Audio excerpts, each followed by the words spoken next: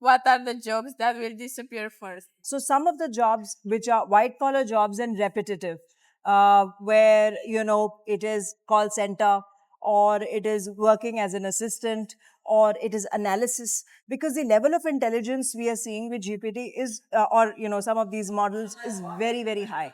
So these kind of jobs where the human interaction is very limited and the work is analysis, they are really at threat. So I think these are one of the jobs which we will see disruption in. We are already seeing disruption in coding. We are seeing disruption in call center jobs. So we are already starting to see that. Would you share with young people who are afraid AI will take their jobs? I think they should not be afraid that AI will take the jobs. We are looking at a job displacement. So the jobs which were repetitive and mundane and low in value, they are disappearing.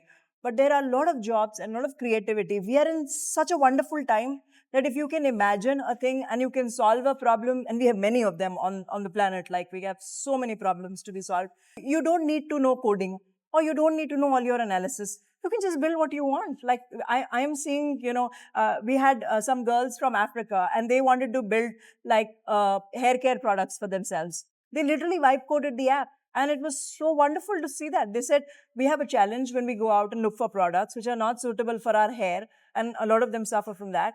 So why not build an app for young people who can just like take a picture and say if that product works for you and how well it works for you.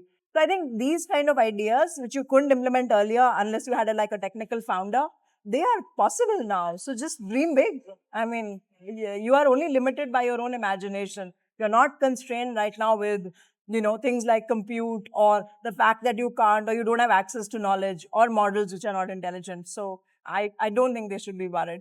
They should see what problem are we solving. That should be the question.